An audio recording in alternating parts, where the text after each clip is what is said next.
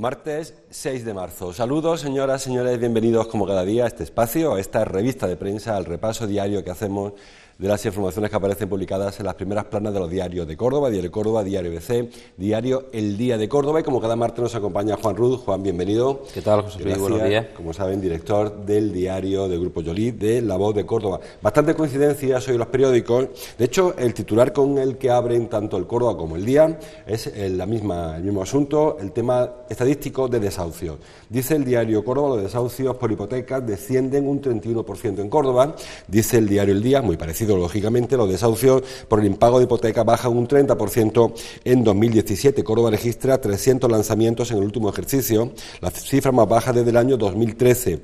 Las ejecuciones que llegan a los juzgados caen más de la mitad, con casi 500 solicitudes. En cualquier caso, Juan, 300 lanzamientos en un año sale casi a un lanzamiento diario, con lo cual son cifras que aún, si no fuera porque venimos de unas cifras tan exageradas, sería igualmente grave.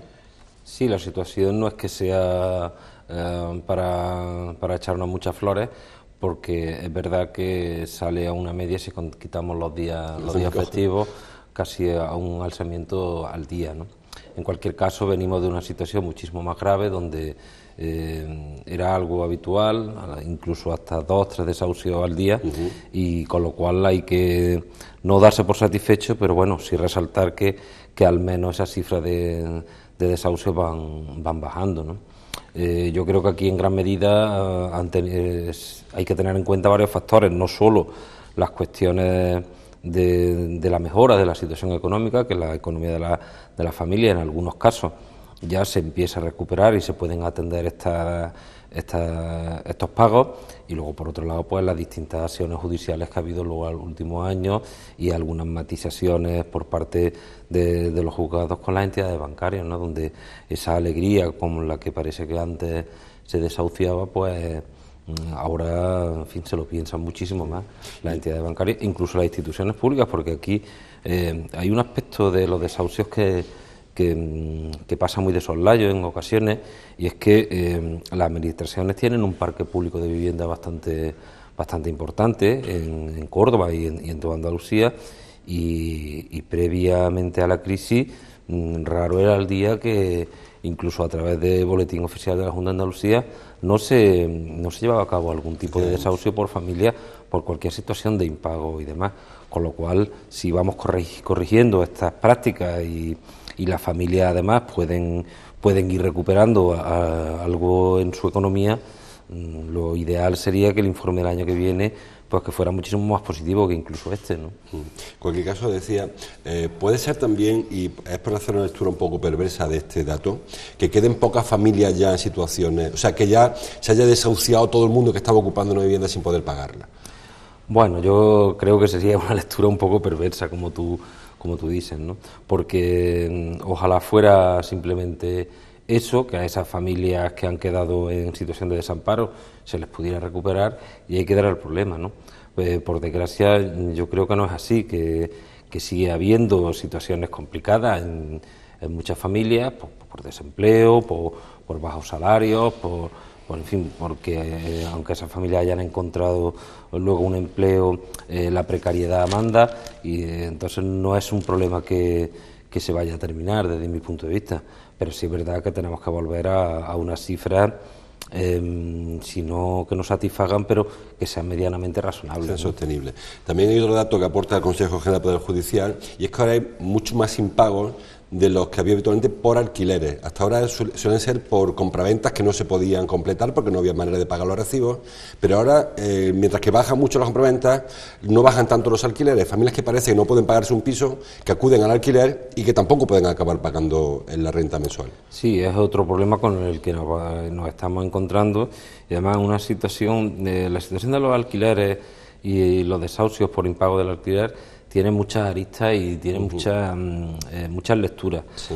Porque con este boom que ha habido a nivel nacional de los pisos turísticos y demás, los alquileres han subido, están tomando unas referencias de precios en el mercado que están un poco, desde mi punto de vista, desvirtuadas. La tentación de adaptar un piso a lo que es la demanda turística para competir con los hoteles y otros establecimientos, ha enrarecido un tanto el mercado y nos podemos encontrar con situaciones, primero, de que el alquiler haya subido demasiado, con lo cual sea inasumible por la familia, y en otros casos el amparo que han encontrado algunos ciudadanos que se aprovechan de ese alquiler para estar viviendo en una casa en la que saben que el desahucio por el impago del alquiler, en caso de insolvencia, pues se puede retrasar incluso más de un año, ¿no? Con lo cual tiene muchas situaciones que, dependiendo de cada caso, te puedes posicionar de un lado o de otro, ¿no? Vamos con las fotografías. El diario Córdoba trae una fotografía más cercana en la portada, lo son todas, pero esta nos pilla especialmente cerca, porque es de Córdoba. Isabel Ambrosio en un colegio ayer, en una charla que dio, bueno, porque pasado mañana es el día 8 de marzo, el Día de la Mujer, y comienzan los actos. Dice el diario Córdoba, Isabel Ambrosio parará 2 horas en la huelga del 8 de marzo. En la huelga o el paro, porque saben que habrá, por un lado, una huelga 24 horas convocado por unos colectivos y un paro parcial de 2 horas por turno que convocan otros partidos políticos y otros colectivos. En principio, bueno, esta adhesión de la alcaldesa no nos sorprende porque su partido está también en esta misma línea y también hay otros concejales del ayuntamiento lo van a hacer, incluso algunos se han sumado al paro de 24 horas. Bueno, en principio parece que es una reivindicación un tanto apartidista, aunque es verdad que hay que se ha posicionado en contra y que tendrá un seguimiento extraño, ¿verdad? Bueno, vamos a ver, porque... Digo extraño en cuanto a cuantificación de seguimiento. Claro, va a ser muy difícil en este caso cuantificar el seguimiento de esta huelga, porque tiene muchísimas vertientes. Está desde el paro general convocado de 24 horas, esta parada de la actividad laboral durante 2 horas, y luego están las manifestaciones de por la tarde, ¿no? Entonces, en cualquier caso te puedes encontrar con personas que decidan simplemente no hacer huelga y que asistan a todas las movilizaciones que va a haber, gente que decida hacer la huelga a las 24 horas y quien, como por ejemplo el caso de la alcaldesa, pues decida parar durante 2 horas, ¿no? Yo creo que va a ser muy complicado hacer un seguimiento. Lo que sí es verdad que, por el matiz de esta huelga feminista que se le ha dado en la última semana, yo creo que la huelga ya está siendo un éxito por la repercusión mediática que está teniendo en la sociedad, ¿no? Decía esto de la alcaldesa porque, hombre, la alcaldesa tiene muchísimo trabajo, pero si no anuncia ella que va a parar 2 horas, no se da cuenta nadie que ha parado 2 horas, porque estará en su despacho, ¿sabe qué te quiero decir? Claro, en este caso las personas que se dedican a la actividad pública, pues está claro que tendrán que anunciar de alguna manera que van a hacer ese paro, ¿no? Hay otras alcaldesas que han decidido simplemente no tener agenda ese día, han comunicado que no van a tener agenda, y con lo cual ya escenifican su apoyo a la huelga. Pero bueno, que no haya agenda pública no quiere decir que luego no se trabaje en otro ámbito más interno, como corresponde también a cualquier alcalde o alcaldesa de cualquier ciudad, ¿no? Por ejemplo, la Diputación, el diario Córdoba,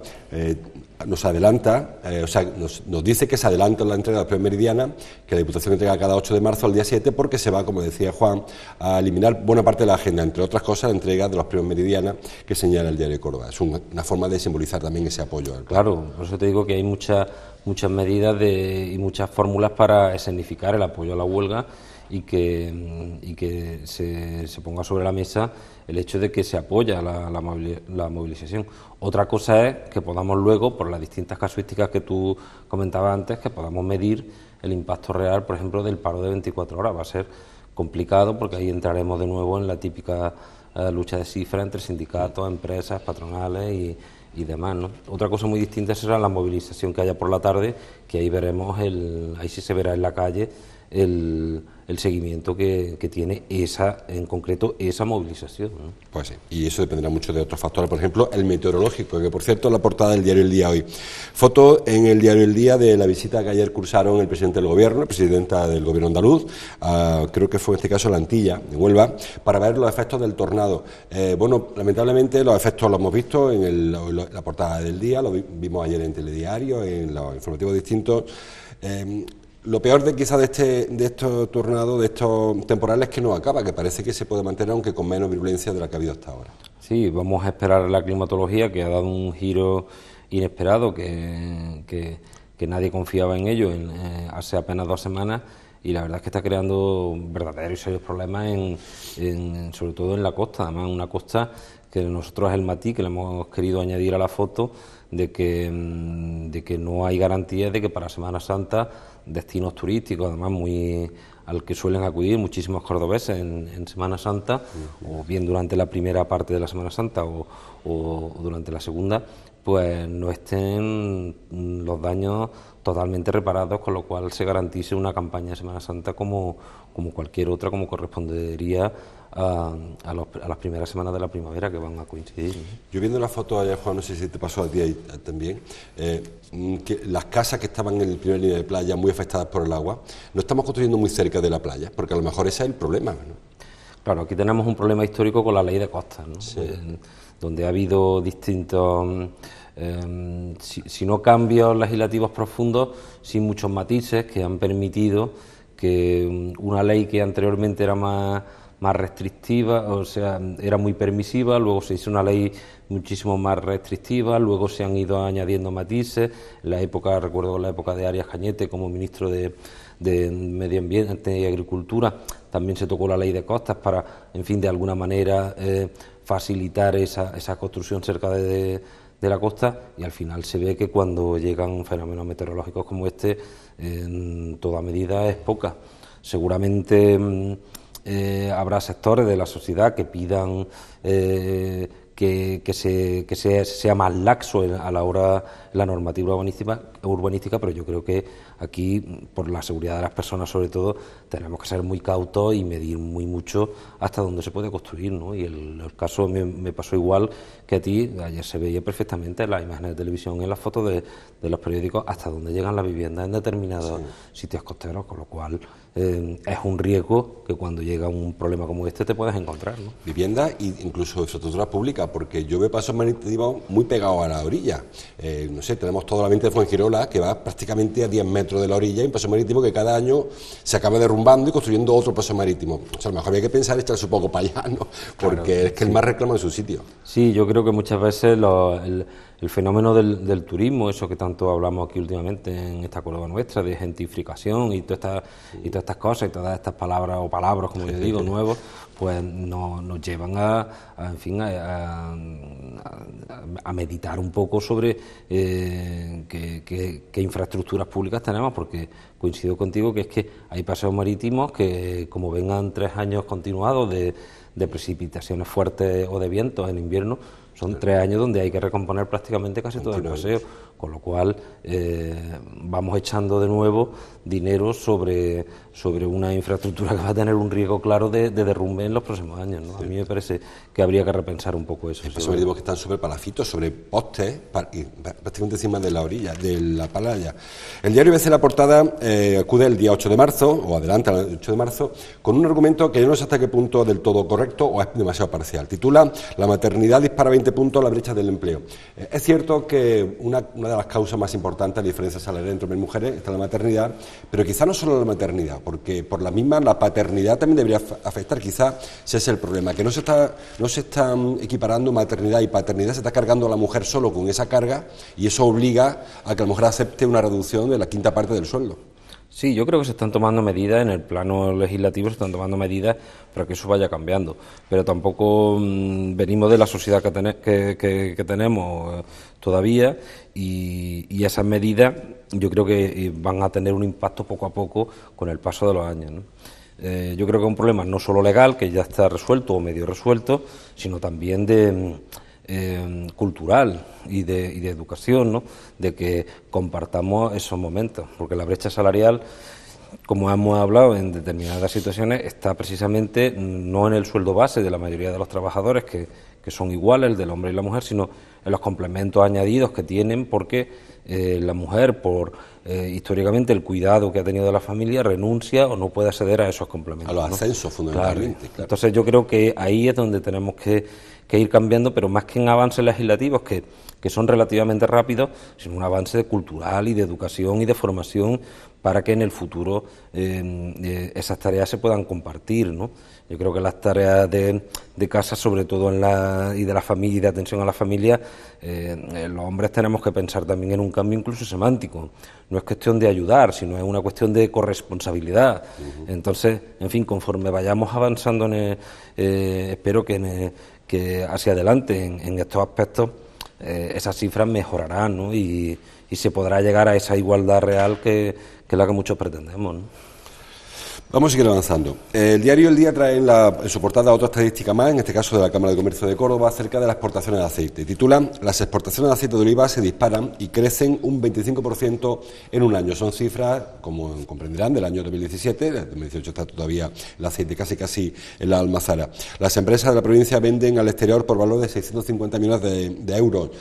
Yo, Juan, de esta información que publicáis vosotros, saco dos conclusiones. Primero, se exporta muchísimo, con lo cual eso quizá desabastezca el consumo interior e incluso haga que encarezca productos. Y en segundo lugar, se exporta a países, por ejemplo a Italia, que a su vez exportan también. Parece como que hay un paso que podríamos ahorrarnos si fuéramos un poco más eficientes en la exportación, y justamente exportar al país definitivo donde va a ir el aceite. Sí, coincido contigo, pero hay algunos matices. Vamos a ver, el hecho de exportar a Italia y que luego... Es que la mitad se va a Italia de ese dinero, ¿eh? De Italia ese producto vaya a terceros países, no es una cuestión tan simple como vamos a hacer nosotros lo que ya hacen determinadas empresas italianas. Ten en cuenta que aquí hay unos canales históricos de venta al exterior que hay otros países que tienen abiertos y que en nuestro caso todavía están por abrir, ¿no? Yo creo que en cualquier caso los números son positivos. Las empresas cordobesas y andaluzas creo que no deben de tener quejas. Y lo de desabastecer el mercado, yo creo que no, que ahí, mientras esto esté, parte del mercado esté en manos de las cooperativas, que aunque no dejan de ser empresas, también tienen unos fines sociales, yo creo que se está compensando hasta qué medida se puede exportar o no. Antes de vender al exterior, por muy buenas ofertas que tiene, tu mercado interior siempre lo vas a abastecer porque es el más cercano y en realidad, si se me permite la expresión, es incluso más barato llegar.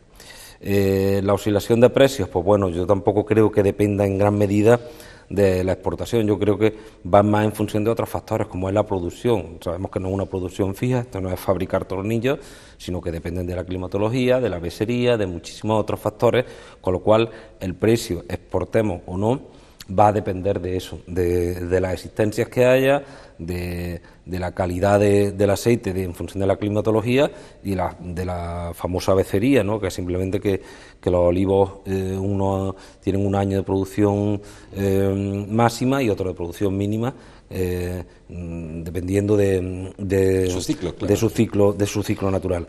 Con lo cual yo creo que en ese aspecto los datos son positivos.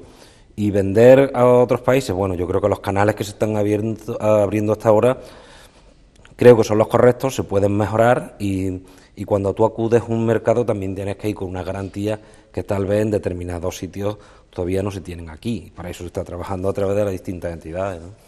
De los datos que publiqué vosotros hoy en la portada, también se extrae otra conclusión que yo creo también es digna de reflexión. La primera provincia exportadora de aceite de Andalucía es Sevilla, la segunda es Córdoba, tercera Málaga, cuarta Jaén, que no coincide lógicamente con la productora. O sea, Sevilla no es una provincia especialmente productora, Málaga, el norte quizás sí, pero vamos, tampoco que sea al nivel de Córdoba y Jaén. Sin embargo, hay una diferencia importante, es decir, hay provincias con más vocación de elaboración y producción y otras con más vocación de producción solo. Quizás estamos también desaprovechando esa opción. Bueno, ahí también hay algunos matices, porque se tiende siempre a provincializar la venta al exterior y luego depende de a través de qué canales se haga. Por ejemplo, hay la mayoría de cooperativas o las que más producen en Córdoba lo hacen a través de DECOOP, que DECOOP es una cooperativa de segundo grado que agrupa a entre 40 y 50 cooperativas y su sede, por ejemplo, está en Antequera, con lo cual... eleva la cifra de Málaga. Claro, puede elevar la cifra de Málaga respecto a otras entidades. En Sevilla también tenemos grandes productoras de aceite que simplemente compran, por ejemplo, en el mercado de Jaén, ellos envasan y ellos exportan, con lo cual esas mediciones provinciales tienen su riesgo a la hora de evaluar a dónde va al final ese dinero de la exportación, ¿no? Otra información que comparten el Córdoba, el Día y a veces en este caso es la peatonalización de la calle del barrio de Ciudad Jardín. Dice el diario, a veces por ejemplo, el PP rechaza los parches de Ciudad Jardín y reclama al Ayuntamiento un plan integral. El diario El Día complementa o ve otra perspectiva en este sentido y titula: más del 70% de los comerciantes respalda la peatonalización de Ciudad Jardín. El PP, dice, reclama que se paralice el plan porque se trata de un parche.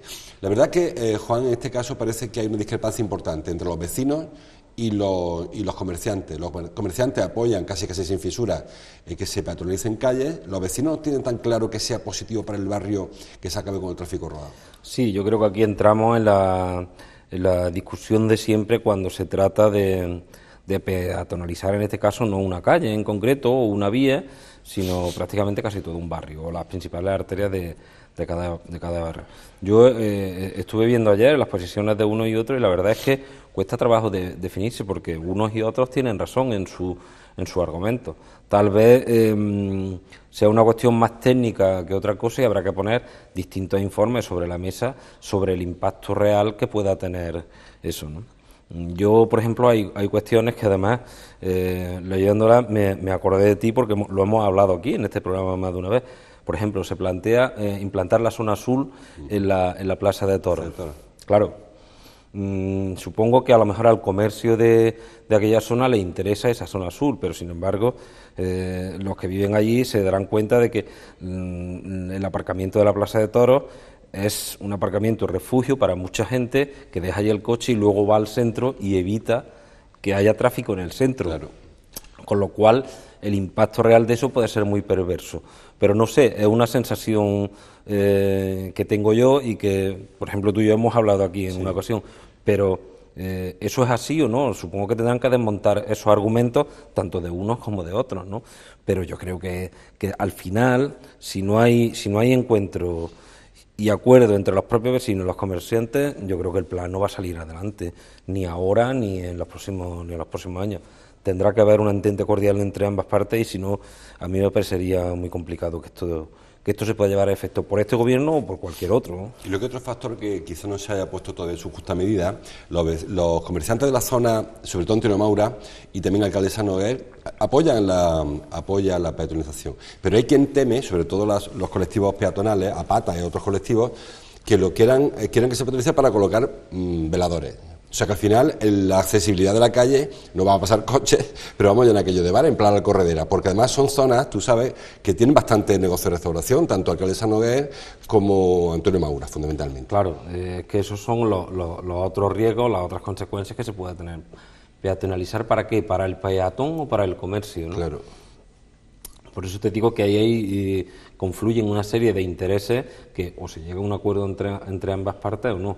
Yo sé que el temor de muchos colectivos que están a favor de la peatonalización es eso, que cuando hay un apoyo tan masivo del comercio, su temor es que aquello se convierta en una zona donde prácticamente el peatón tenga que ir sorteando terraza a la hora de andar, que ya lo estamos viendo en algunas aceras en pocos sitios, pero desde luego donde hay espacio ya se están instalando, no sé, se me ocurre por ejemplo la plaza del mercado de Ciudad Jardín, donde hay ya 2 o 3 sitios que tienen sus correspondientes terrazas, con lo cual prácticamente para pasarte tienes que salir a la calle, ¿no? Puedo decir que la calle de la Plata es peatonal, pero bueno, tiene menos espacio para pasar la calle de la Plata que muchas calles de Córdoba, claro, que tienen tráfico. Sería un caso similar, ¿no? Entonces, yo creo que tendremos que analizar peatonalizar para qué y para quién y a quién beneficia, y a partir de ahí, si encontramos un consenso entre las partes, bien. Si no, dudo que este ni ningún otro gobierno vaya a ejecutar el famoso plan por muchos documentos que se pongan encima de la mesa, ¿no? Hay que recordar, por cierto, que va a ser una peatonalización, si se hace, blanda, es decir, sin medidas que no tengan marcha atrás, que lo dejó claro Andrés Pino el día que lo presentó. Como que no se fía mucho de que aquello vaya a ser una decisión definitiva, es decir, no se van a cometer construcciones de calzada, una plataforma única, no se van a hacer nada más que pintar prácticamente en el suelo una raya, poner carteles, poner señales y poco más, en previsión de que haya que dar marcha atrás. Claro. O sea, que mala pinta entonces. Sí, esto tiene, por eso te digo que el proyecto en sí o lo que sabemos de él hasta el mismo tiene muchas aristas y muchos temas abiertos, ¿no? Además, no sé, este afán anticochista que hemos hablado aquí del concejal Pino, que en fin, que le molesta todo coche que haya en la ciudad, pero en fin, Yo creo que en ese sentido, aunque se tenga esa política anticochista, yo creo que habría que matizar en el caso de Ciudad Jardín, que está sirviendo también de refugio, repito, para que muchos conductores no entren con su vehículo al centro de la ciudad, y eso yo creo que hasta ahora no se ha tenido en cuenta. Sí. Te pongo el aparcamiento de la Plaza de Toros o todo el entorno de la Plaza de Toros o Vista Alegre, incluso. O incluso Vista Alegre, ¿no? Y luego, de nuevo, el concejal, que lo contamos también nosotros hoy en la información, Anabel Calero creo que lo cuenta muy bien, se abre otra vez de nuevo el asunto de la zona verde, que es una zona para que solo puedan aparcar los residentes, ¿no?, en República Argentina, algo que ya se intentó en el pasado y que ni siquiera hubo valentía ni de ponerla en marcha, pero que bueno, que otra vez ha destapado o ha sacado del cajón con la posibilidad de ponerla en marcha en República Argentina, la famosa zona verde, ¿no? Son cosas complicadas. Recuerden que en Damasco hay expendedores de tickets para la zona azul que no se usaron porque los vecinos se opusieron a que aquello funcionara. O sea que no es tan sencillo colocar zonas de aparcamiento restringido en los barrios. Vamos a ir avanzando. El diario Córdoba habla en su portada, en un cintillo en la portada, del Quirón, del Hospital Quirón, que abrirá, como saben, a la vuelta del verano, si todo acaba como va según la planificación. Dice el diario Córdoba: el Hospital Quirón lanza una oferta de 119 empleados ante su apertura. El complejo sanitario entra en su recta final y espera que el ambulatorio funcione en verano. Bueno, ambulatorio, yo creo que un hospital son 100 camas, es un poco más que un ambulatorio, ¿no? Sí, lo único que pasa es que todo apunta a que se irá poniendo en marcha en distintas fases. Sí. La primera será esta zona de cirugía ambulatoria o de una asistencia de consulta externa, ¿no? Consulta externa. Y a partir de ahí supongo que irán ampliando servicios, ¿no? Con lo cual, pues bueno, yo creo que para final de año, si no pasa nada, tendremos el hospital casi en plena operatividad, ¿no? Hombre, son muchos puestos de trabajo, es verdad que muchos son muy técnicos, es verdad que la empresa cuenta ya también con un servicio de médicos importante, pero bueno, cualquier empresa que llegue a Córdoba y que oferte trabajo, pues de luego bienvenida sea y la recibimos con los brazos abiertos. Claro, porque médicos realmente no piden plaza de médicos, piden plaza de enfermeros, diploma de enfermería, auxiliares técnicos, celadores, administración, cocina, limpieza. O sea, que realmente, excepto médicos, porque médicos Quirón va a funcionar de otra manera, no con médicos de plantilla. Claro, por eso te decía que ellos, su relación con los médicos especialistas o los médicos en general que tienen otro tipo de relación, en fin, no simplemente trabajan en exclusividad a lo mejor para el grupo, pero en fin, tienen otra metodología de relación laboral con ellos. Pero en el resto, pues bueno, el personal que necesiten de aquí de Córdoba, desde luego, bienvenido sea. Más cosas, vamos terminando con la parte local. Ayer hubo un problema en el Colegio de la Aduana, lo señala el diario El Día en su portada, o más que el problema, destaca la solución que parece que el consejero de Educación ha encontrado. La Aduana, dice, recupera hoy el comedor escolar tras el cierre debido a las lluvias. Ayer, a mediodía, pues cuando fueron a abrir el comedor, encontraron que estaba aquello anegado, que habían caído en un falso techo, creo que fue, ¿no? Y que hubo que mandar a los chavales a su casa. La Aduana es un colegio que está a 7 kilómetros de Córdoba. O sea, no es tan sencillo decirle a un padre, ahí llevas tu hijo, de pronto. No es un colegio con accesibilidad fácil. Sí, pero creo que son casi 1 millar de niños allí. Infantil y primaria. Claro, estudiando, y con lo cual es un centro, en fin, que a mí me preocupa porque está siendo víctima de cierto abandono. Vandalismo directamente. Vandalismo, yo creo que dejadez por parte tanto de sus gestores actuales como de la administración autonómica, con lo cual que esta no deja de ser, en vez de lo que debería de ser un problema puntual, yo creo que es una más en la larga historia de este curso, de todos los problemas que ha tenido este colegio, ¿no? Yo creo que de una vez por todas, la Junta de Andalucía en este caso debería de tomar carta en el asunto y recuperar y dejar aquello para que luego los chavales puedan recibir una formación muchísimo más digna y con unas instalaciones más dignas de lo que ahora mismo se están encontrando, ¿no? La suerte ha sido que este falso techo se cayó durante el fin de semana por la acumulación de agua en la parte superior, y bueno, cuando llegaron ayer el lunes se encontraron con que se había caído, ¿no? Pero bueno, yo creo que esto, lo que no ha dejado de ser un susto, podría haber sido un problema importante, claro, si hubiera sucedido a cualquier otra hora o durante el tiempo en el que los chavales están en el comedor, ¿no? La Aduana, hay que recordar que está prácticamente, bueno, una parte importante no se ocupa, porque bien porque tiene un problema serio de mantenimiento, de infraestructura, o porque cambió un poco la filosofía del colegio, pasó de una forma a otra y al final hay una parte importante que está prácticamente cerrada con un guarda, pero también hay vandalismo y denuncian que entran, hay grupos a dormir o a lo que cada cual sí, tenga. yo creo que, ya te digo, no es muy difícil encontrar un centro escolar público donde haya tenido tantos problemas seguidos y tan continuados durante este curso como ha tenido la aduana, con lo cual yo creo que del año que viene muchos deberían de cambiar las cosas y que la Junta de Andalucía y Educación en este caso se ponga las pilas al respecto, ¿no? Terminamos la información local hablando de fútbol. Dice el diario ABC que Carlos González, el que fuera presidente del Córdoba, Carlos González cobró 20.000 euros al mes de sueldo como presidente del Córdoba Club de Fútbol. Se duplicó el sueldo, dice ABC, dice los compañeros de ABC, se duplicó justo cuando el Córdoba bajó de primera a segunda. No sé si hay previsión de que iba a soltar aquello y mientras coge los que pueda. La cosa es que nos centramos ahora de este nuevo episodio, que bueno, no sé hasta qué punto es normal que un presidente de un club, un presidente no profesional además, sino propietario, se autoadjudique un sueldo de 20.000 euros al mes. Buen sueldo, ¿eh? Sí, buen sueldo. Yo el único matiz que le puedo poner a los compañeros, además de hecho, vamos, no a los compañeros, sino al hecho en sí. Y primero, ya habíamos hablado tú y yo aquí cuando el cambio de propiedad, de que todo este tipo de historias y de situaciones iban a salir poco a poco, iban a aparecer todas las anomalías que ha ocurrido en el club en los últimos años. Y segundo, no olvidemos que es una sociedad anónima y como sociedad anónima, pues, en fin, aprueba e impone los sueldos, salarios y demás que considera oportunos para sus responsables. Hombre, desde el punto de vista estético, la verdad es que no suena bien, no queda excesivamente bien, pero, en fin, viniendo de donde venimos y viendo en las manos que hemos estado, tampoco nos extraña, no ha sido una sorpresa para los que más o menos hemos seguido la actualidad del club y cómo funcionaba, ¿no? Lo que es extraño, Juan, es que después de la gestión de Carlos González, ver cómo él ganaba un sueldo importante, su hijo Alejandro tiene un sueldo también como responsable de la cantera, cómo no se cuidó mucho ese asunto, incluso luego había dinero para repartir dividendos y el club incluso fue solvente, es decir, que este hombre, lo deportivo no funcionó, pero lo económico sí que parece que las cuentas llevaba, era una máquina. Yo creo que en el plano económico se me apunta, en el ámbito de familiar, las cosas le han ido bien a la familia González, sí, porque hemos hablado del padre, los hijos y otros miembros de la familia. También la pareja era presidenta de la fundación. Exactamente, la fundación también estaba presidida por su pareja. Creo que era por su pareja, en fin, que prácticamente toda la familia tenía